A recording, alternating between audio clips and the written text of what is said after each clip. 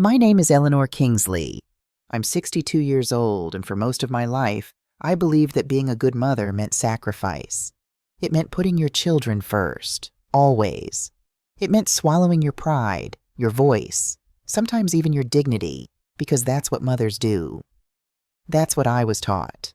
But I learned something important on a cold Sunday evening in Georgetown. There's a difference between sacrifice and self-destruction. And sometimes, the most maternal thing you can do is teach your child that actions have consequences. This is the story of how I learned that lesson. How I lost everything and found myself. How 15 slaps across my face became the catalyst for the most powerful decision of my life. But I'm getting ahead of myself. Let me start at the beginning.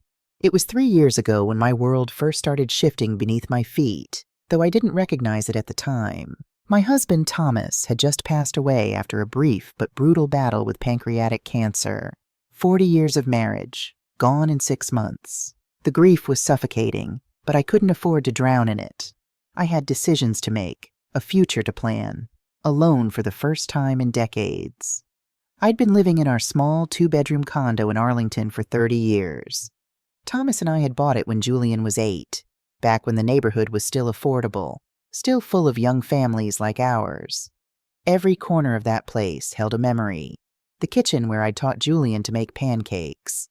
The living room where we'd watched him open college acceptance letters.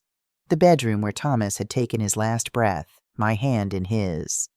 My son Julian came to visit 2 weeks after the funeral. He was 35 then, newly married to Vivian, working as a regional sales manager for a pharmaceutical company. He'd always been ambitious, my Julian. Sharp-dressed, confident, the kind of son that other mothers envied. I was proud of him, even if we'd grown distant over the years. That's natural, I told myself. Children grow up. They build their own lives. We sat at my small kitchen table, the same one where I'd helped him with homework, where we'd had breakfast together thousands of times. He held my hand across the worn Formica surface. "Mom, we need to talk about your living situation," he said, his voice gentle but firm, the voice he probably used with difficult clients. "I'm fine here, sweetheart," I replied. "I know the place is small, but it's paid off, and I have your father's life insurance. It's not about the money, Mom." He squeezed my hand. "It's about you being alone. This neighborhood isn't what it used to be. And this condo, it's full of sad memories now, isn't it?" He wasn't wrong. Every room whispered Thomas's name. "What if we sold this place," Julian continued, "and pooled the money to buy something bigger? A real house. You could live with Vivian and me. We could take care of you." I hesitated. The independence I'd fought for my whole life, even within my marriage, suddenly felt terrifying without Thomas as my anchor. "I don't want to be a burden," I said. "You could never be a burden, Mom." His smile was warm, genuine, or maybe I just wanted to believe it was.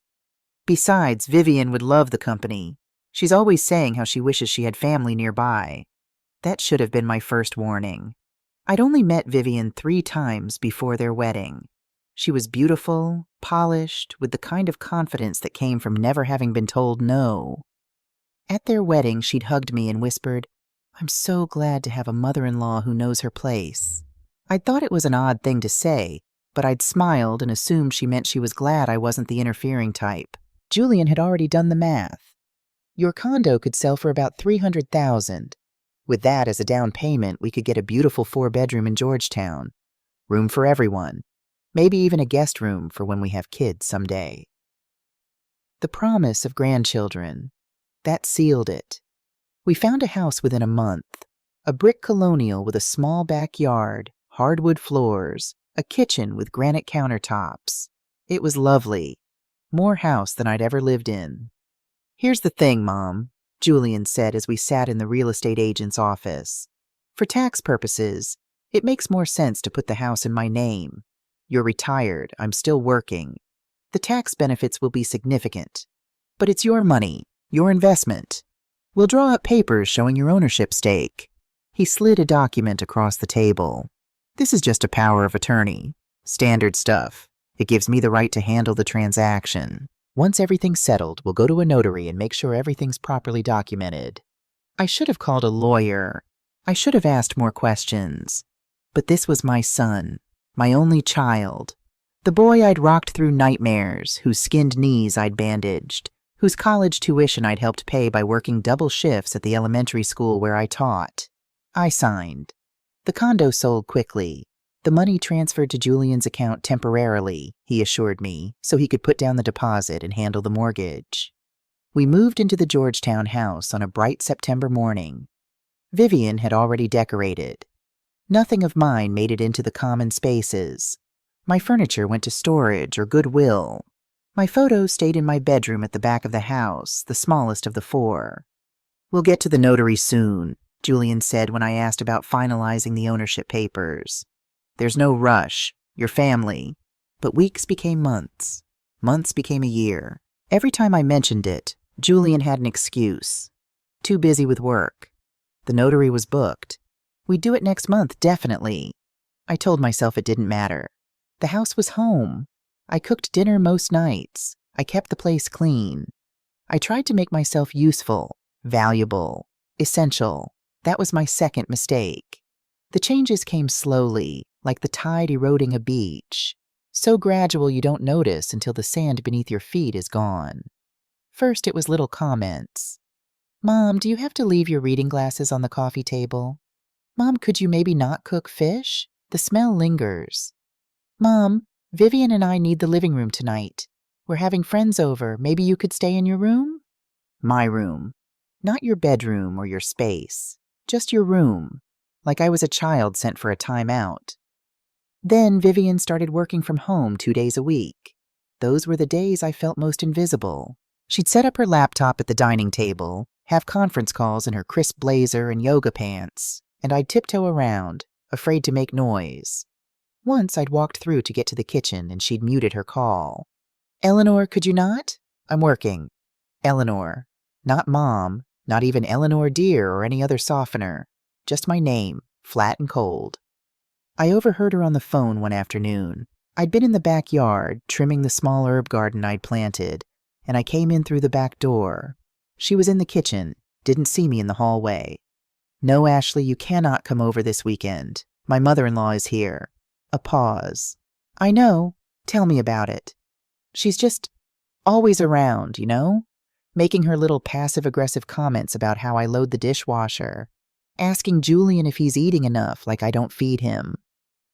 Another pause, then a laugh. "Oh, she definitely thinks she still owns this place. Julian says she keeps asking about her investment. It's pathetic, really. She sold her condo. That money's gone. This is our house." I stood frozen in the hallway, the scent of rosemary still on my fingers. That night I went through my papers, the power of attorney I'd signed, the real estate documents. Nowhere could I find anything showing my ownership stake in the house. But then, in the bottom of my memory box, a carved wooden chest that had belonged to my mother, I found it. The original deed from my condo sale. In the chaos of moving, in my grief-fogged state, I'd kept the official document. And there, in the property transfer section, was something I'd forgotten. The sale proceeds check had been made out to me, Eleanor Kingsley. I'd signed it over to Julian, yes, but the paper trail showed the money had been mine. More importantly, when I looked at the Georgetown house deed that had come in the mail months ago, the one I'd filed away without really reading, I saw something that made my heart skip. The property was still titled in my name. Eleanor M. Kingsley. Julian had never completed the transfer. The power of attorney I'd signed only gave him the right to purchase property on my behalf. It didn't transfer ownership to him. That required a separate quitclaim deed, signed and notarized. We'd never done that. Legally, the house was still mine. I sat on my bed that night, the documents spread around me, and I felt something shift in my chest. Not hope, exactly. More like awareness. I filed the papers back in my memory box and said nothing. Some instinct told me this information might matter someday. I didn't know how soon that day would come.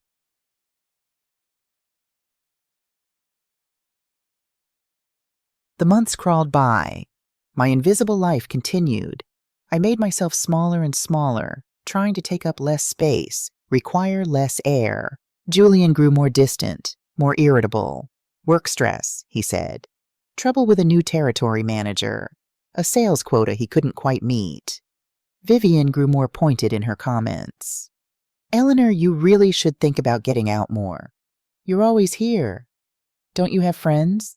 Hobbies? I'd tried. I'd looked into volunteer opportunities, senior center activities. But every time I mentioned going somewhere, Julian would need something. Could I wait for a delivery? Could I start dinner? Could I just be there in case the plumber called? I was useful. That was my value. As long as I was useful, I had a place. Then came that Sunday. Julian had been tense all week. He'd been short-tempered on the phone, slamming his laptop closed during video calls. Vivian had been hovering around him like a predator sensing weakness, her smiles thin and calculating. I decided to make his favorite meal, lasagna, the way I'd made it since he was 7 years old. Extra white sauce, the recipe my mother had taught me. Comfort food, maybe it would help. I spent all afternoon in the kitchen, layering pasta, ricotta, meat sauce, bechamel. The house filled with the scent of baking cheese and garlic. For a moment I felt like myself again, like a mother who could fix things with food and love. Vivian arrived first, at 5:30. She swept in wearing a designer workout set, her honey blonde hair in a perfect ponytail, trailing that overpowering perfume she wore. Jasmine and something else, something chemical that always gave me a headache. "For you, Mother Eleanor," she said, setting a bottle of cheap wine on the counter. The kind you buy at a gas station. She knew I couldn't drink because of my blood pressure medication. "Dinner's ready," I called softly. We sat at the dining table. I'd set it nicely. Cloth napkins, the good plates, trying to make the meal feel special, feel healing. I served the lasagna, the salad, the garlic bread. No one spoke. The silence was thick, oppressive. Julian sawed at his lasagna with his fork, barely tasting it. Vivian picked at her salad, a small smile playing at her lips. I was about to suggest we watch a movie after dinner, something to lighten the mood, when I made my mistake. "Julian, honey, I meant to mention, the kitchen faucet has been dripping. I tried to tighten it, but I think it needs a new washer. Maybe you could take a look this week?" The fork stopped midway to his mouth. Vivian's eyes lit up. Julian slowly set his fork down. "The kitchen faucet in my house, you mean?" My mouth went dry. It's wasting water and—" "My house, Mother." He turned to face me fully, and I didn't recognize the expression on his face. "Did you really just tell me what needs to be fixed in my house?" "Julian, I didn't mean—" His fist slammed down on the table. The plates jumped. My water glass tipped, spilling across the tablecloth. "You think you're so smart, don't you?" He stood up, his chair scraping violently against the hardwood. "You think you can just tell me what to do? In my own house? The house I bought? The house where you live out of my charity? Son, please." My voice was barely a whisper. "Have you forgotten?" He leaned over me, his face inches from mine. "Have you forgotten that I saved you? That you'd be in some shitty nursing home right now if it wasn't for me? Eating pureed food and watching daytime TV with the other abandoned old ladies?" I couldn't speak, couldn't move. Vivian laughed, a soft, delighted sound.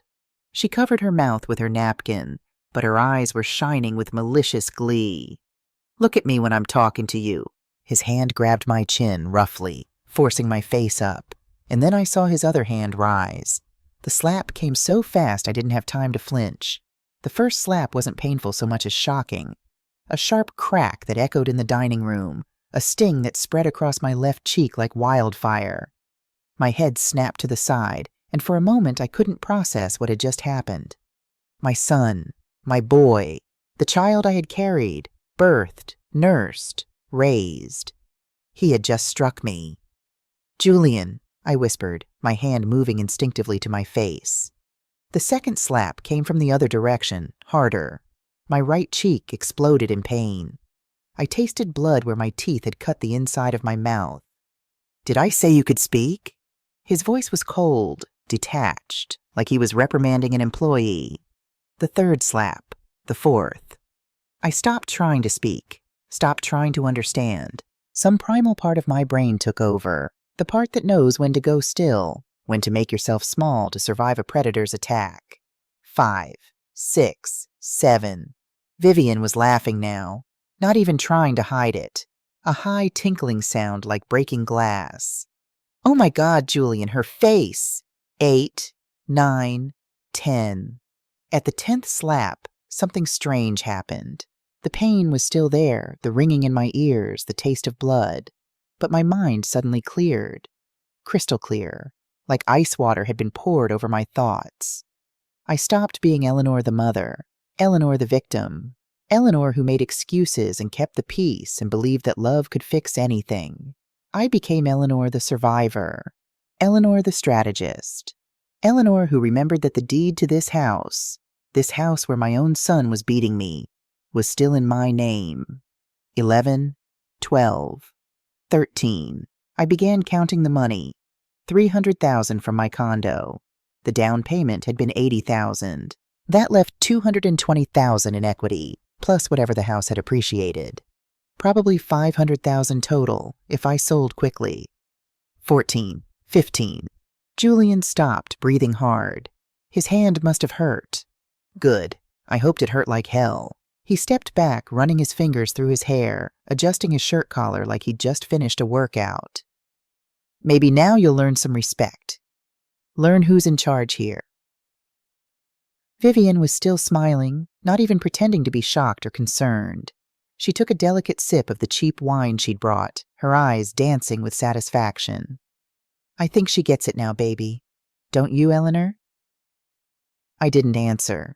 Didn't look at either of them. I simply stood up, slowly, carefully, my legs shaking. Every movement deliberate.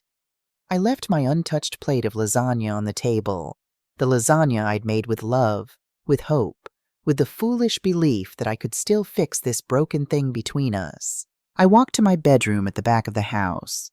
The small room, my room, the place I'd been relegated to like a tenant, like a burden, like something to be tolerated. I closed the door, locked it, and only then did I allow myself to touch my face. Both cheeks were on fire, swollen already. When I looked in the mirror above my dresser, I saw a woman I barely recognized. Her face was red and purple, beginning to bruise. Her eyes were dry, no tears, just a hard, cold clarity.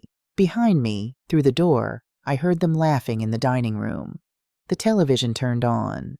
The comfortable sounds of a couple settling in for a Sunday evening as if nothing had happened. As if they hadn't just destroyed the last shred of whatever we'd been to each other.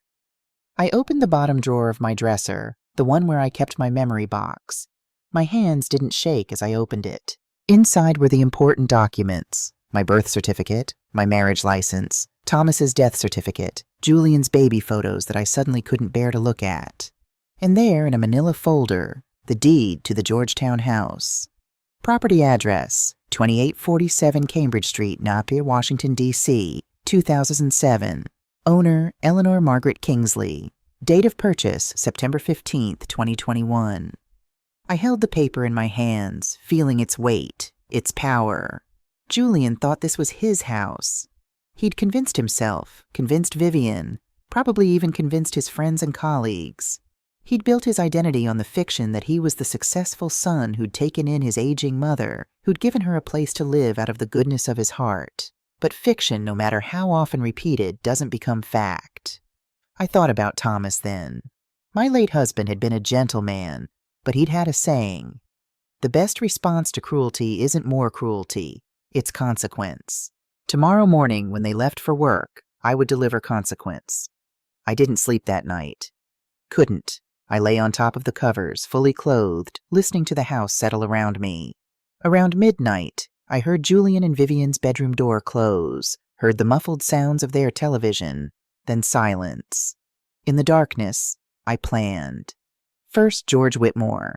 He'd been Thomas's college roommate, had been the best man at our wedding 40 years ago. After Thomas died, George had checked on me regularly, even though he'd retired from his law practice. He'd know what to do, who to call. Second, documents. I'd take only what was essential: birth certificate, social security card, passport, banking information, the deed, and a few photos of Thomas. Everything else could stay. Things were just things. I'd learned that when Thomas died. You can't take anything with you, and most of it just weighs you down. Third, money. I'd need cash for immediate expenses. The banks opened at 9. I could withdraw a few thousand from my savings account before anyone noticed. Fourth, destination. I couldn't stay in D.C. Too easy to find, too many memories. I thought of Margaret Hayes, my old college roommate who'd moved to Austin 20 years ago. We'd stayed in touch, Christmas cards and occasional phone calls. She'd always said, "Eleanor, if you ever need anything, you come to me.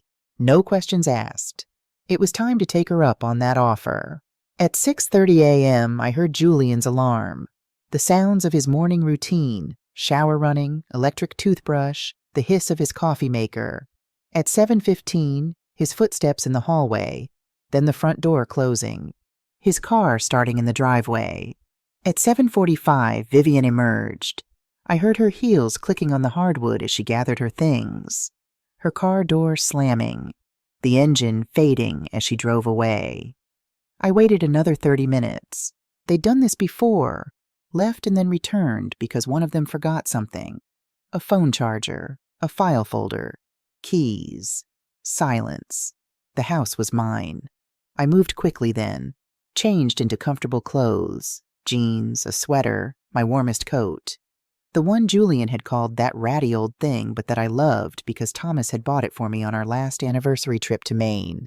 I packed a small rolling suitcase, 3 changes of clothes, underwear, toiletries, my medications, the memory box with all the important documents. In the kitchen, I made myself eat. Toast and peanut butter, a glass of orange juice. I'd need energy for what came next. At 8:30, I called a taxi. "I need to go to Georgetown, please." 2431 Q Street. George's house. George Whitmore opened his door in flannel pajama pants and a Georgetown law sweatshirt, his silver hair standing up in all directions. He was holding a coffee mug that said, "World's Okayest Lawyer." When he saw my face, the mug nearly slipped from his hand. "Jesus Christ, Eleanor, what happened to you?" "Hello, George. May I come in?" He stepped aside immediately, ushering me into his warm, book-lined living room. It smelled like coffee and old paper, comforting and safe. I'd been here dozens of times over the years for dinners and holidays and the quiet gatherings of old friends. "Sit," he ordered, disappearing into the kitchen. He returned with a dish towel filled with ice. "Put this on your face. Who did this? Do we need to call the police?" "Julian," I said simply, taking the ice pack. The cold hurt at first, then numbed the throbbing. "Last night. 15 times.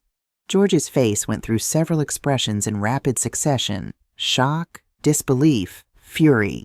He'd known Julian since birth, had been at his christening, his graduation, his wedding. That little... He caught himself, took a breath.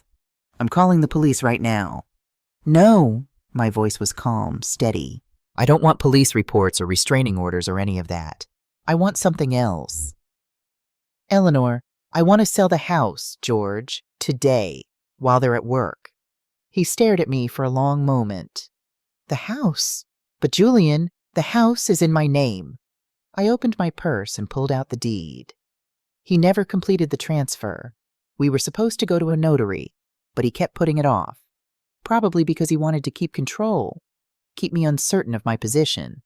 But legally, that house is mine. George took the deed, his lawyer's eyes scanning the document.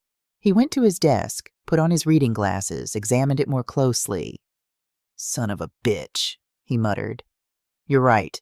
This is a valid deed with your name as sole owner. Julian has no legal claim unless he can prove some kind of oral contract or agreement, and even then..." He looked up at me. "Eleanor, are you sure about this? He's your son." "A son who did this." I lowered the ice pack so he could see the full extent of the bruising.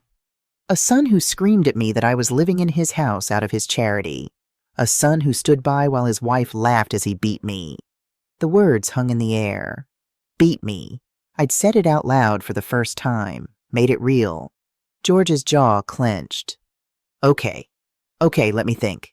He paced to the window, looking out at the quiet residential street. Selling a house normally takes 30 to 60 days. Inspection, appraisal, mortgage approval for the buyer, closing process. I need it done today. Eleanor. George. I stood up, walked to where he stood. In about 9 hours, Julian is going to come home from work. He's going to unlock that door and walk into what he believes is his house. And I need him to find someone else living there. I need him to understand that there are consequences. That you can't just do what he did and expect the world to stay the same. George studied my face. Not the bruises, he'd seen those. He was looking for something else. Resolve, maybe. Or sanity. Whatever he saw must have satisfied him because he nodded slowly. I know someone who might be able to help. Cash buyer, specializes in quick sales. He's not going to pay market value, you understand? Maybe 20-25% below. I don't care about the money. Don't say that. You should always care about the money, but I understand you care about justice more. He picked up his phone. Let me make a call. I sat back down, holding the ice pack to my face, and listened as George worked his magic. Thomas? It's George Whitmore. Yes, fine. Listen, I have a situation. Client needs to sell a house today. Cash, as is, immediate closing possible? See, Georgetown, 4-bedroom colonial, probably worth $650 on the open market. What can you do? A pause. $480? Hold on. He covered the phone. Thomas Bradford. He's offering $480,000. Cash. That's about 25% below market, but he can close today. Wire transfer, immediate possession. The house had cost $380,000. Julian's mortgage was probably around $300,000 now. Even after paying that off, I'd clear around $200,000. Plus the $200,000 already in my savings from the original condo sale. $400,000. Enough to start over. Enough to be free. Tell him yes. George relayed the message, talked for a few more minutes about timing and logistics, then hung up. Okay, Thomas is coming to look at the house at 10 a.m. If everything checks out, and for him, that just means making sure it's not actively on fire, he'll have his title company rush the paperwork. We can close at their office by 2 p.m. That fast? Thomas is what we call a vulture investor. He's got cash reserves and he preys on desperate situations, divorces, foreclosures, estates that need quick liquidity. Normally I wouldn't recommend him, but in this case, George smiled grimly. In this case, he's exactly what we need. Will Julian be able to fight it? Legally? George sat down across from me, his lawyer face on. He can try. He might claim you were coerced, or that you weren't mentally competent, or that there was an oral agreement that you'd give him the house. But Eleanor, you're 62, not 92. You're clearly of sound mind. You have documented evidence of abuse. He gestured to my face. And most importantly, the deed is in your name. The law is on your side. What if he gets a judge to freeze the sale? By the time he gets to a lawyer, gets to a courthouse, gets a judge to even look at an emergency motion, the sale will be done, money transferred, new locks on the doors.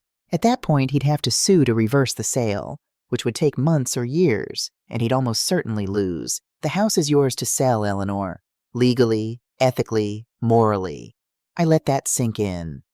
After 3 years of feeling like a tenant, like I was living on borrowed time and borrowed space, it was dizzying to remember that I had the power all along. There's one more thing, George said. Where are you going to go? After today, you can't stay in D.C. Julian will come looking for you. I'm going to Austin. My friend Margaret lives there. I'll stay with her while I figure things out. Good. That's good. Far away. He glanced at the clock. It's 9:15 now. Thomas will be at the house at 10. Why don't you give me your keys? I'll let him in and handle the showing. You should probably not be there. I need to get some things from my room, personal items. Make a list. I'll get them for you after Thomas leaves. Eleanor, the less you're connected to this operationally, the better. If Julian tries to fight this, we don't want him to be able to say you were acting erratically or emotionally. Let me be your representative in all of this. It made sense. Still, the thought of not saying goodbye to that house, of not walking through it one last time, felt strange. But then I remembered. There was nothing there I wanted to remember. Every room was contaminated now with the memory of being made small, being made invisible, being made to disappear. Okay, I'll write down what I need. While George showered and dressed, I made my list. It was shorter than I expected. Some clothes from the closet, my mother's jewelry box, the framed photo of Thomas and me on our wedding day. Everything else could stay or go to charity. I didn't want Julian's childhood photos. The boy in those pictures was gone, if he'd ever really existed. At 9:45, George's phone rang. Thomas is early. He's at the house now. George grabbed his keys and the house keys I'd given him. I'll call you when I know more. There's coffee and bagels in the kitchen. Make yourself at home. And Eleanor, you're doing the right thing. After he left, I sat in his quiet living room and felt nothing. No guilt, no sadness, no anger. Just a vast, peaceful emptiness. Like the eye of a hurricane. I called Margaret in Austin. She answered on the second ring. Eleanor, what a lovely surprise. Margaret, I need help. Her voice changed immediately. What's wrong? I'm leaving D.C. today. Can I come stay with you for a while? Of course, honey. Are you okay? Are you safe? I will be. I'll explain everything when I get there. I'm taking a bus tonight. A bus? Eleanor, I can wire you money for a plane ticket. No, a bus is better. I need time to think. Time for this all to be real. Okay, whatever you need. I'll make up the guest room. You just get here safely. After we hung up, I looked up bus schedules on George's computer. There was a Greyhound to Austin leaving at 8 p.m. from Union Station. 28 hours with multiple stops. It sounded perfect. Liminal space, time to process, no one knowing where I was. I bought the ticket online. At 11:30, George called. Thomas loves it. Says it's exactly what he's looking for. We're moving forward. At noon, I walked to the bank 3 blocks from George's house and withdrew $5,000 in cash. The teller looked concerned. Older woman, bruised face, large cash withdrawal. But she processed it without comment. At 1 p.m., George picked me up and drove me to Thomas Bradford's title company office in DuPont Circle. Thomas Bradford was exactly what I'd expected. 55-ish, expensive suit, calculating eyes. He shook my hand carefully, noting the bruises without comment. Mrs. Kingsley, George has explained the situation. I'm sorry for your circumstances. Thank you. I have to ask, and I apologize for the indelicacy, but I need to know for legal purposes. Are you being coerced into this sale by anyone? No. This is entirely my decision. And you understand that the price I'm offering is significantly below market value? I understand. Speed is worth more to me than money. He nodded, satisfied. Then let's get this done. The next hour was a blur of paperwork. Quitclaim deed, settlement statement, transfer documents. I signed my name over and over. Eleanor M. Kingsley. Eleanor M. Kingsley. Eleanor M. Kingsley. With each signature, I felt lighter. At 2:15 p.m., Thomas Bradford's assistant confirmed that the wire transfer had gone through. $480,000, minus Thomas's mortgage payoff of $296,000, minus closing costs and fees. Net proceeds, $172,000, deposited into my account. The house is legally mine as of this moment, Thomas said.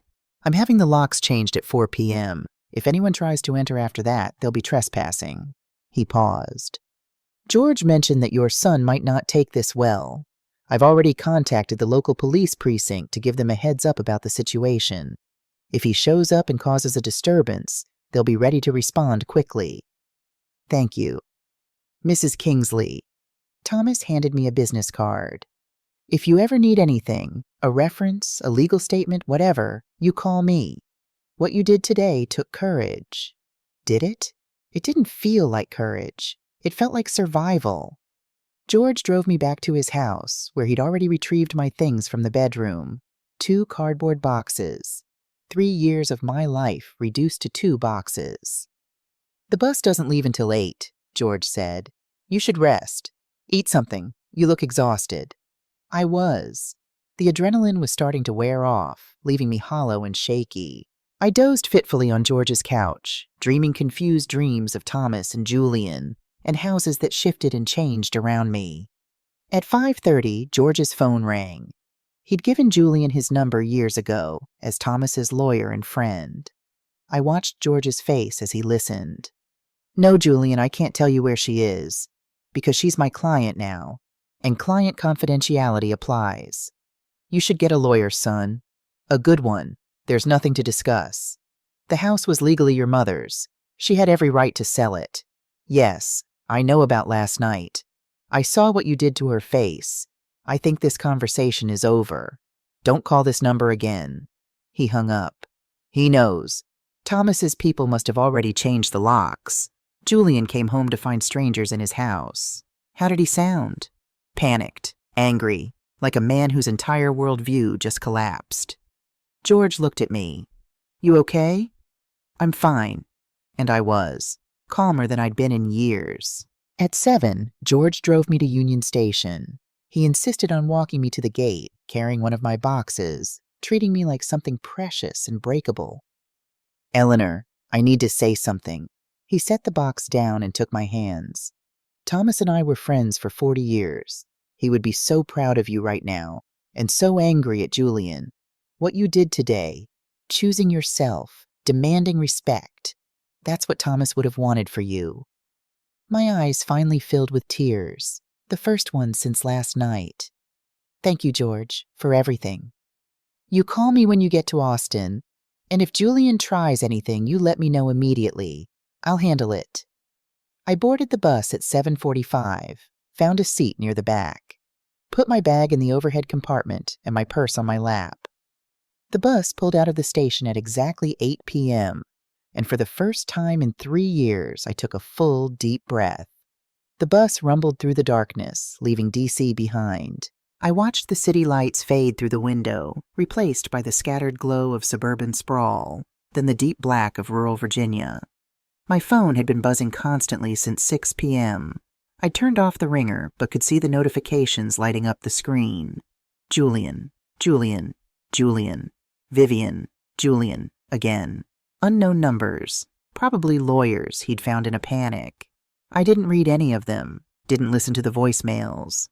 Whatever they had to say, I didn't need to hear it. Their words had lost their power over me the moment I signed those papers. Around midnight, somewhere in North Carolina, I finally turned off the phone completely. The silence was profound. The bus was half empty. Across the aisle, a young woman with a sleeping baby. Behind me, an elderly man who smelled like cigarettes and coffee. In front, a college kid with headphones on, his head bobbing to music I couldn't hear. All of us moving through the night, away from something or towards something. All of us in transit. In between, nowhere. I liked being nowhere. Somewhere in South Carolina, as the sun rose pink and gold over cotton fields. I let myself think about Julian, not as my son, but as a case study. How does a child go from the sweet boy who used to bring me dandelions to the man who struck his mother 15 times? It hadn't been sudden. That was the thing people never understood about abuse. It's not a light switch. It's a dimmer, turned down so slowly you don't notice until you're standing in darkness, wondering when it got so hard to see.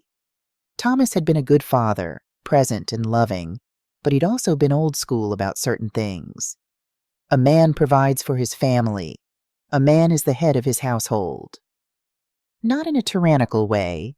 Thomas had never been cruel, but in a way that taught Julian that being a man meant being in control. And when Thomas got sick, when he couldn't work anymore, couldn't be that provider and protector, I'd seen something shift in Julian, a kind of panic. as if watching his father's strength fail made him desperate to prove his own. Then he'd married Vivian. I'd known from the beginning that something was off about her, but I'd ignored my instincts. She was beautiful, successful, everything a mother supposedly wants for her son. But there was a coldness in her eyes, a calculation. She'd sized me up at their engagement party and found me lacking. "Julian tells me you were just an elementary school teacher," she'd said, the word "just" hanging in the air like an insult. "That must have been nice. Simple work." I should have said something then, should have warned Julian. But I'd stayed silent, because mothers are supposed to support their children's choices, supposed to welcome the people they love. Looking back, I could see how she'd worked on him. Little comments about how clingy his mother was, how dependent, how manipulative. I'd overheard enough phone conversations to piece it together. "Baby, your mom is guilt-tripping you again. You can't let her control your life. Julian, you're too good to her. She needs to learn to stand on her own feet." Honestly, sometimes I think she fakes being helpless just to get your attention.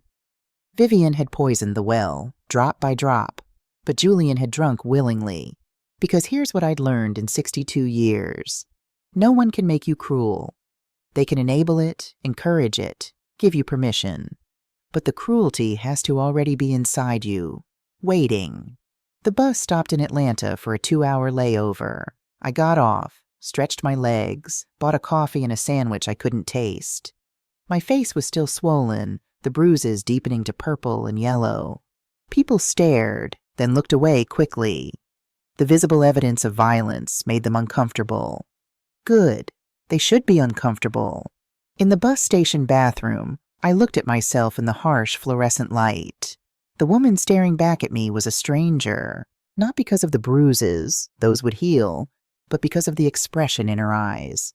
Clear, hard, certain. I didn't recognize her, but I liked her. Back on the bus through Alabama and Mississippi, I let myself imagine what was happening back in D.C. Julian would have come home around 6 p.m., his usual time. He'd have put his key in the lock and found it didn't work.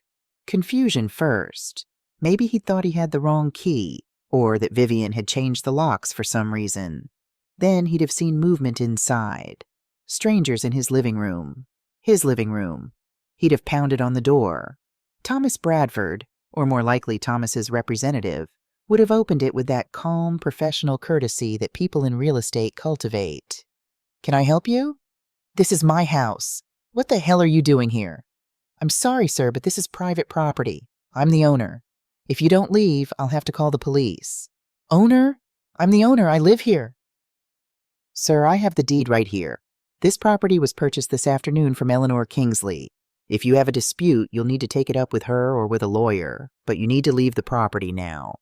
I could imagine Julian's face, the confusion giving way to understanding, understanding giving way to rage. He would have called me first. When I didn't answer, he'd have called George. George would have stonewalled him, protected me with lawyer-client privilege and the simple truth. I'd done nothing illegal. Then Julian would have called Vivian. That conversation I wished I could have heard. "What do you mean your mother sold the house?" "She sold it while we were at work. It's done." "That's impossible. The house is in your name." "Apparently not. Apparently it was always in hers." Silence. Then, "So where are we supposed to live, Julian?" "I don't know. A hotel tonight, I guess. Tomorrow I'll figure something out." "Figure something out? With what money? Do you even have enough in savings for a security deposit on an apartment?" And that would be when Julian realized the full extent of his miscalculation. The house hadn't just been his home. It had been his safety net, his asset, his proof of success. Without it, he was a 38-year-old sales manager with a decent salary but no savings, because he'd been living in a house he thought he owned, not building equity elsewhere. I dozed again, my head against the window, as the bus crossed into Louisiana. In my dreams, I was back in the house I'd shared with Thomas, the little condo in Arlington. But in the dream, it kept expanding, room after room appearing, all of them empty, all of them mine. The bus pulled into Austin at 2 a.m., 28 hours after leaving D.C. I was stiff, exhausted, and more clear-headed than I'd been in years. Margaret was waiting in the station, though I'd told her not to come so late. She was 64, my age, with steel gray hair cut short and practical, wearing jeans and a UT Austin sweatshirt. When she saw me, really saw me, the bruises visible even in the dim station light, her face crumpled. "Oh, honey. Oh, Eleanor." She pulled me into a fierce hug, and I let myself lean into it, just for a moment, just long enough to remember what it felt like to be held without fear. "Let's get you home," she said, taking one of my boxes. "We'll talk when you're ready. No pressure." Home turned out to be a small ranch house on the outskirts of Austin, with a wide front porch and a yard full of native plants, sage, prickly pear, bluebonnets just beginning to bloom. The guest room was simple, a double bed with a quilt, a dresser, a window looking out onto an oak tree. "Bathrooms across the hall," Margaret said. "There's clean towels on the bed. Kitchen's open 24/7. You need anything at all, you just holler." I showered in water so hot it almost hurt, washing away 2 days of travel grime and the last residue of that house in Georgetown. When I looked in the bathroom mirror, the bruises looked even worse under the bright lights. But they were healing. Day by day, they would fade, unlike some wounds. I slept for 14 hours straight.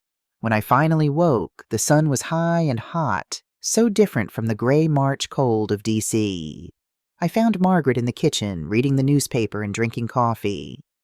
"There she is," Margaret said with a smile. "Coffee?" "Please." We sat on the back porch, and I told her everything. The slow erosion of my autonomy, the way Julian had changed, Vivian's cruelty, the dinner, the beating, the house sale, all of it spilling out in a flood of words I'd been holding back for 3 years. Margaret listened without interrupting, her face grave. When I finished, she was quiet for a long moment. "You know what I think?" she finally said. "I think you did exactly what you needed to do, and I think you're one of the bravest women I've ever known." "I don't feel brave." "Brave people rarely do. They just do what needs doing." She refilled our coffee cups. "So what's next? You're welcome to stay here as long as you need. But I know you, Eleanor. You're not the type to drift." She was right. Even in my grief after Thomas died, even in my fear living with Julian, I'd always been a woman who needed purpose, structure, a reason to get up in the morning. "I need to find work," I said. "Psst. Something to do. I can't just sit around feeling sorry for myself." "What about teaching? You taught elementary school for what, 30 years? 32. But I'd need to get certified in Texas, probably take some classes. That takes time." "What about tutoring or volunteering? There's a community center about 20 minutes from here that serves a lot of immigrant families. They're always looking for ESL volunteers." ESL, English as a Second Language. I'd done some of that work back in Virginia years ago, before Julian was born. I'd loved it, the patience it required, the small victories when a student finally grasped a concept, the way language opened doors. "That might be good," I said slowly. "Something useful, something that matters." The next week, I started volunteering at the Esperanza Community Center 3 days a week. The center was housed in a converted church, all high ceilings and scarred linoleum floors, buzzing with activity. Child care programs, job training, health services, and adult education classes. My supervisor was a woman named Rosa Martinez, 50-something and tireless, who ran the ESL program with efficiency and warmth. "We get students from everywhere," Rosa explained as she showed me around. "Mexico, Guatemala, Vietnam, Somalia, all different levels. Some are illiterate, even in their native language. Others just need help with accent and idioms. Your job is to meet them where they are." My first class had 8 students. I was nervous, my hands shaking as I wrote my name on the whiteboard.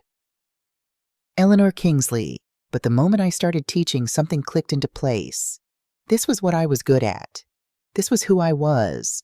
Underneath all the layers of wife and mother and victim, I was a teacher, someone who helped people find their voices. One of my students was a woman named Patricia Flores, 48 years old, from Guadalajara, with 3 teenage children and eyes that held a sorrow I recognized. After the third class, she stayed behind. "Miss Eleanor," she said in halting English, Can I ask you something personal?" "Of course." "Your face, the bruises, they are almost gone now, but I saw them the first day." She hesitated. Was it your husband?" I could have lied. Could have said I fell, had an accident, any of the stories that women tell to protect their abusers. Instead, I said, "My son." Patricia's eyes widened. Then slowly she nodded. "My husband. For 15 years. He hit me. Worse, he hit my children. When I say I want to leave, he says if I go, he will find me. He will kill me. So I stay. I smile. I make myself small." She looked at me directly. "But you left? How? How did you find the courage?" I thought about that question. Courage. Everyone kept using that word. "It wasn't courage," I said finally. "It was mathematics. One day I did the calculation. The pain of staying became greater than the fear of leaving. That's all." "But where did you go? How do you live?" "I had money. I had a friend who helped me. Not everyone has those things, I know. But Patricia, there are resources, shelters, legal aid, organizations that help women leave. If you want to leave, there are people who will help you." Tears filled her eyes. "I am so afraid." "I know. I was too. I still am sometimes. But Patricia, do you know what I learned? You can be afraid and still move forward. Fear doesn't have to stop you. It just has to not stop you."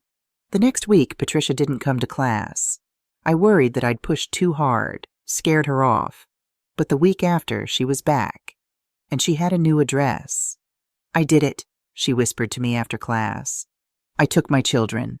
We are staying at a shelter. My husband is very angry, but there is a restraining order. The lawyer, she says we will be okay." I hugged her, feeling her thin body tremble against mine. "You will be. It won't be easy, but you will be okay." Over the next months, I watched Patricia transform. She got a job cleaning houses, moved from the shelter into a small apartment. Her English improved rapidly, and with it, her confidence. She started smiling more, standing straighter. And I realized something. In helping her, I was helping myself heal.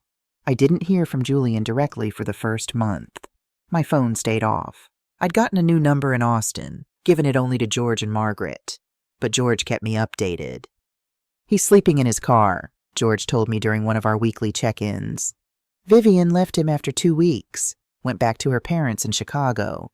The divorce papers were filed within a month." "That was fast." "Well, she married him for the lifestyle. Once that was gone..." George paused. "Eleanor, he's trying to find you. He's called me a dozen times, showed up at my office twice. He's desperate." "What does he say?" "That he needs to apologize, that he's in therapy, that he's lost everything and he understands why." George's voice was careful. "I haven't told him where you are. But eventually he might figure it out. You should be prepared." "I'm not afraid of him anymore, George." "Maybe you should be. Desperate people do desperate things." But the weeks passed and Julian didn't appear. Spring deepened into summer. I found a rhythm in Austin, teaching at the center, helping Margaret with her garden, reading on the porch in the evenings. I also started looking for a place of my own. Margaret was wonderful, but I needed independence. Needed to prove to myself that I could build a life alone, that I didn't need to attach myself to someone else's household to survive. One afternoon, browsing real estate listings at the library, I found it. A small property 45 minutes outside Austin, 3 acres of land with a modest 2-bedroom house, a barn that needed work, and a creek running through the back of the property. It needed cosmetic repairs, new paint, some flooring, updated fixtures, but it was structurally sound. The price, $185,000. I drove out to see it the next day. The house sat on a gentle rise, surrounded by live oaks and cedar. The land rolled down to the creek, where dragonflies hovered over the water. It was quiet. Peaceful. Mine, if I wanted it. I made an offer that afternoon. All cash, no contingencies.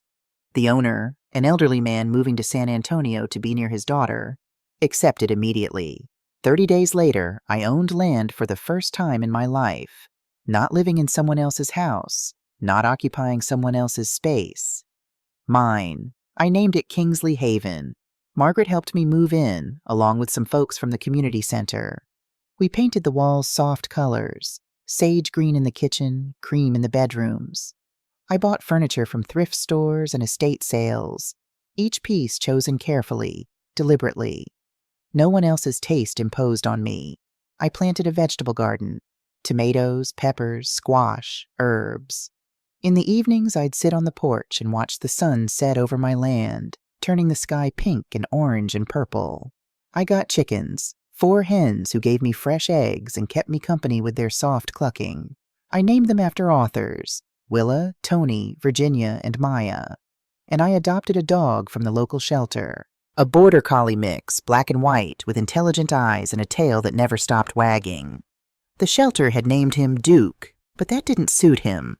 I renamed him Jasper, after Jasper Johns, because his coloring reminded me of one of the artist's paintings. Jasper followed me everywhere, lay at my feet while I cooked, walked the property with me in the mornings, slept on a dog bed next to my bed at night, his presence a comfort. For the first time in years, I felt like I was living my own life, not performing a role in someone else's story. It was a Saturday in late September, 6 months after I'd left D.C. I was hosting a meeting of the support group I'd started, an offshoot of my work at the community center. We called it New Horizons. It had started small, just me and Patricia and 2 other women from my ESL class. But word had spread. Now we met twice a month at Kingsley Haven, and we had 12 regular members. Women who'd left abusive situations or were planning to leave. Women who needed to talk, to be heard, to know they weren't alone. This particular Saturday, we were in the living room. Coffee brewing in the kitchen, the windows open to let in the September breeze. Patricia was sharing about her ex-husband violating the restraining order, the fear of that, but also her pride in calling the police immediately. I didn't hesitate, she said. The old Patricia would have been quiet, would have been afraid. The new Patricia called 911. The group applauded. These small victories meant everything. That's when I heard the car, the sound of tires on gravel, slowing, stopping. Jasper's ears perked up, and he trotted to the window, tail wagging uncertainly. My stomach dropped. I stood up, moved to the window, and looked out. A rental car, silver and anonymous, and climbing out of it, looking thinner and older than I remembered, was Julian.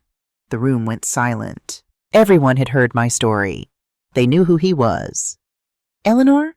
Margaret, who was sitting closest to me, touched my arm. Do you want me to call the police? I thought about it. I could have him removed. He was trespassing, technically, showing up uninvited. But some part of me, the part that was still, despite everything, a mother, needed to know why he'd come. No, I said. I'll talk to him. But everyone stays inside, and if I signal, you call 911 immediately. I walked out onto the porch, closing the door behind me. Through the window I could see the women inside, watchful, protective. My army of survivors. Julian stopped at the bottom of the porch steps. He looked terrible. He'd lost weight, his expensive clothes hanging loose on his frame. His face was gaunt, unshaven, dark circles under his eyes. He looked like he'd aged a decade in 6 months. Mom, he said, his voice hoarse. Julian, not son, not sweetheart, just his name, neutral and distant. He swallowed. I know I have no right to be here. I know you probably never want to see me again, but I had to.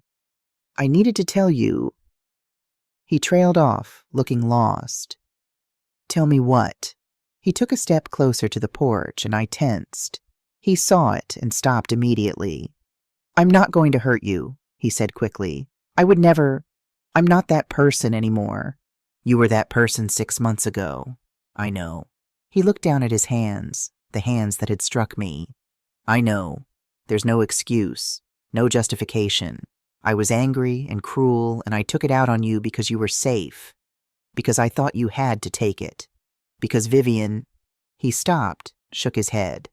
No, that's not fair either. Vivian didn't make me do anything. She just gave me permission to be who I already was. I said nothing, just watched him. Behind me, through the window, I could feel the women listening. I lost everything, Mom. The house, obviously. Vivian left me 3 days after that night. After that. Work found out. I don't know how, but people talk. And I was encouraged to resign. I slept in my car for 6 weeks. He laughed, a bitter sound. Rock bottom, right? That's what they call it. What do you want, Julian? I don't want anything. I'm not here to ask for help or money or forgiveness. He looked up at me then, and I saw something in his eyes I hadn't seen in years. Genuine emotion. I found a support group for men who've been violent. It's in D.C., meets twice a week. I've been going for 4 months now. Good for you. I'm not telling you this to get credit. I'm telling you because I'm starting to understand what I did. Not just the hitting, but all of it. The way I made you feel small in that house. The way I let Vivian treat you. The way I convinced myself it was my house, my life, my rules, and you were just there on my charity. His voice broke. You weren't charity, Mom. You were my mother, and I treated you like an inconvenience. A part of me, a small, wounded part, wanted to comfort him, wanted to say it was okay. We could fix this. We could go back. But the larger part, the part that had learned to value her own peace, said nothing. I don't expect you to forgive me, Julian continued. I don't deserve it. I just needed you to know that I see it now. I see what I did. And I'm trying to be better. Not for you. I know I've lost that chance. But for myself. So I don't hurt anyone else the way I hurt you. Where are you living now? Charlotte, North Carolina. I got a job there, sales position at a smaller company. Pay's not great, but it's a start. I rent a studio apartment. It's tiny, but it's mine. He smiled sadly. First time I've really lived on my own, actually. Went from you and Dad's house to college dorms to living with Vivian to this. Maybe I needed to learn how to stand on my own feet. Maybe you did. Silence stretched between us. Not hostile exactly, but not comfortable either. The silence of two people who'd once been close and now were strangers. Your place is beautiful, Julian said, gesturing at the house, the land. You look, happy. I am. Good. That's good. You deserve it. He took a step back toward his car. I should go. I didn't mean to interrupt your... Are those people inside? A support group. For women leaving abusive situations. He flinched like I'd slapped him. Right, of course. That makes sense. He opened his car door, then paused. Mom, one more thing.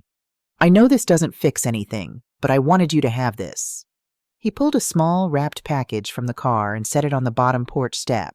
Then, without waiting for a response, he got in the car and drove away. I stood on the porch until the dust from his tires settled. Then I walked down the steps and picked up the package. Inside was my grandmother's watch, the gold one with the delicate filigree band that I thought was lost when I'd left D.C. It must have been tucked away somewhere in my room, and Julian had found it when he'd finally retrieved his things. I held it in my hands, feeling its familiar weight. My grandmother had given it to my mother. My mother had given it to me. It was supposed to go to Julian's wife someday, to his daughter if he had one. But Vivian was gone, and there would be no daughter. The watch was coming home to me. I put it on my wrist and went back inside. The women were silent as I came back in, all eyes on me. Are you okay? Patricia asked. I'm fine. I sat back down, and Jasper immediately came to rest his head on my knee. That was my son. What did he want? To apologize. To tell me he's in therapy. To let me know he's trying to change. I looked around the circle at these women who'd become my friends, my community. And you know what? I believe him. I think he is trying. I think he does regret it. So are you going to... One of the younger women, Amy, hesitated. Are you going to forgive him? I thought about that question, the same one everyone wanted to ask but rarely did. I don't know, I said honestly. Maybe someday, but right now I'm focused on forgiving myself. For what? Margaret asked gently. For staying as long as I did. For making myself small. For believing that love meant accepting cruelty. I touched the watch on my wrist. Julian's journey is his own now. Whether he changes or doesn't change, whether he becomes a better man or doesn't, that's his story. Mine is about building this. I gestured around the room, at the home I'd made, the community I'd found. This peace, this life, this version of myself that I actually like. Patricia nodded slowly. In my group, the one for women who left their husbands, they say something. You cannot heal in the same place you got sick. I think about that a lot. That's exactly right, I said. Some places, some relationships, they're just too toxic. You have to leave to survive. The meeting continued, but something had shifted. Not just in me, but in all of us. We'd all witnessed the confrontation through the window, seen the man who'd hurt me standing small and broken in my driveway. And we'd seen me stand firm, unbending, choosing myself. If I could do it, the women in that room thought, maybe they could too. 1 year later, the book had been Margaret's idea. You should write this down, she'd said one evening as we sat on my porch watching the sunset. Your story. Not just what happened, but how you got out, how you rebuilt. There are so many women who think they're too old, too tired, too trapped. They need to hear this. So I'd started writing, just for myself at first, journal entries that became chapters. The story of my marriage to Thomas, Julian's childhood, the slow erosion after Thomas died, the violence, the escape, the rebuilding. I called it Reclaiming Myself, a mother's journey from violence to peace. A small Austin publisher specializing in memoirs and local interest books had agreed to publish it. They didn't expect big sales. Abuse memoirs weren't exactly bestsellers, but they believed in the message. The book launched on a warm October evening at an independent bookstore in downtown Austin. I was nervous, convinced no one would come, but the store was packed. Women from New Horizons, students from the community center, people I'd never met who'd heard about the book through word of mouth. The owner had to bring in extra chairs. I read the opening chapter, my voice shaking at first, then growing stronger. When I finished, the applause was thunderous. The signing line was long. Women, mostly women, though a few men, who wanted to tell me their stories, thank me for mine, share their own moments of breaking and rebuilding. An older woman, maybe 75, took my hand in both of hers. I've been with my husband for 53 years. He's never hit me, but he's diminished me, made me feel small. I thought it was too late to leave.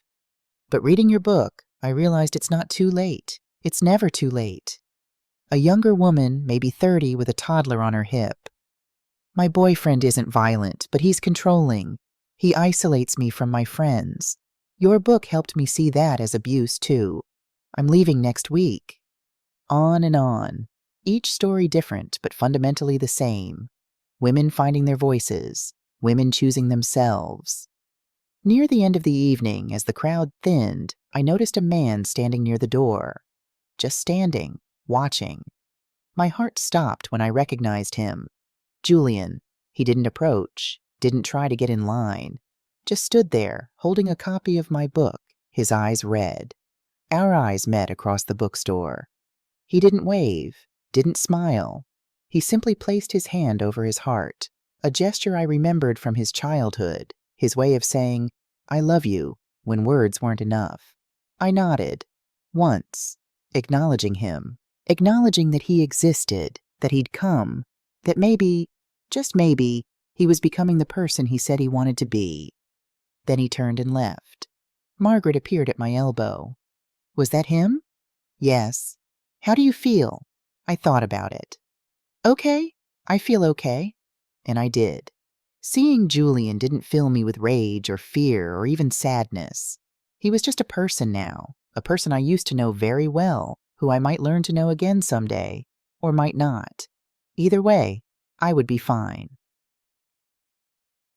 6 months after the book launch, life settled into a new normal. The book had done better than expected. Not a bestseller, but selling steadily, mostly through word of mouth and women's groups. I did occasional speaking engagements at shelters and community centers, sharing my story, listening to others. New Horizons had grown to 25 regular members. We'd had to start meeting at the community center because my living room couldn't hold everyone anymore. Patricia had become my co-facilitator. Her English was fluent now, and she was training to become a social worker, using her own experience to help others. My garden flourished. The chickens laid eggs faithfully. Jasper grew older and calmer, but was still the best companion I could ask for. And Julian sent emails, once a month, like clockwork. Updates on his life, his therapy, the work he was doing on himself. He never asked for responses, never pushed for contact. I read every email. Sometimes I responded with a sentence or two. More often, I just filed them away.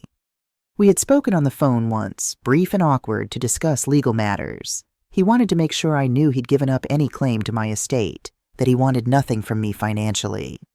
"I'm not calling for forgiveness," he'd said. "I'm calling to release you from any obligation to me. You don't owe me anything, Mom. You never did." It was the most mature thing I'd ever heard him say. One afternoon in March, exactly 2 years after that terrible Sunday dinner, I was working in the garden when a car pulled up. My first instinct was still wariness, but it faded when I saw it was George Whitmore. "George, what are you doing in Austin?" "Convention," he said, climbing out of his car. "Medical malpractice lawyers, if you can believe it. I'm not practicing anymore, but I still like to keep up with things." He looked around appreciatively. "This place is even more beautiful than you described." We sat on the porch with iced tea, catching up. George told me about his life in D.C., his painting hobby, his grandchildren. Then he said, "I saw Julian last month." "Oh?" "He came to my office, wanted to donate to a domestic violence charity in your name. He's been doing it monthly for the past year, apparently. Didn't want you to know, didn't want credit. But he wanted me to witness it, I think. To have someone acknowledge that he's trying." I absorbed this information. "How did he look?" "Better. Healthy, sober. I know he was drinking heavily for a while there. He's still in Charlotte, still in therapy. He's dating someone, actually. A woman he met in a support group. She has a history, too. Understands what he's working through. I hope it works out for him." "Do you mean that?" "I do. I really do. And I realized it was true. I didn't want Julian to suffer forever. I wanted him to heal, to grow, to become someone who would never hurt another person the way he'd hurt me. I just didn't need to be part of that journey." "He asked me to give you something," George said, pulling an envelope from his jacket. "He wanted to write you a letter, not asking for anything, just saying things he needed to say. You don't have to read it if you don't want to." I took the envelope. "Thank you, George." After he left, I sat on the porch for a long time, the letter in my lap, Jasper's head resting on my feet. Finally, as the sun began to set, I opened it. "Mom, I don't know if you'll read this. I wouldn't blame you if you threw it away, but I need to write it anyway. I've been in therapy for 18 months now. Real therapy, not just court-ordered anger management, but deep work on why I became the person who could hurt you. And I've learned some things. I learned that watching Dad get sick scared me in ways I never processed. He was always so strong, and seeing him weak made me feel like the ground was crumbling under my feet. Instead of dealing with that fear, I tried to control everything around me, including you. I learned that Vivian didn't make me cruel. She just reflected back the cruelty that was already in me. She gave me permission to express the anger and resentment I'd been carrying. But it was my anger, my choice, my responsibility. I learned that the house was never about the house. It was about power, about making myself feel big, by making you feel small. Most importantly, I learned that I was wrong about everything, about what it means to be a man, about what strength looks like, about what family means. Real strength is what you showed, walking away, building a new life, refusing to accept cruelty as the price of love. I don't expect forgiveness. I don't deserve it. But I need you to know that your decision, selling the house, leaving, starting over, it saved my life. Not immediately. At first, it destroyed me, but destruction was what I needed. I needed to lose everything to see anything clearly. I'm building a different life now. A smaller one, a humbler one, but an honest one. I'm trying to be the kind of man Dad was in his best moments. Thoughtful, kind, responsible. I'm trying to be the kind of son you deserved. I know I can never be your son again, not the way I was. That relationship died on that Sunday night, and I killed it. But maybe, someday, if you're willing, we could be something else.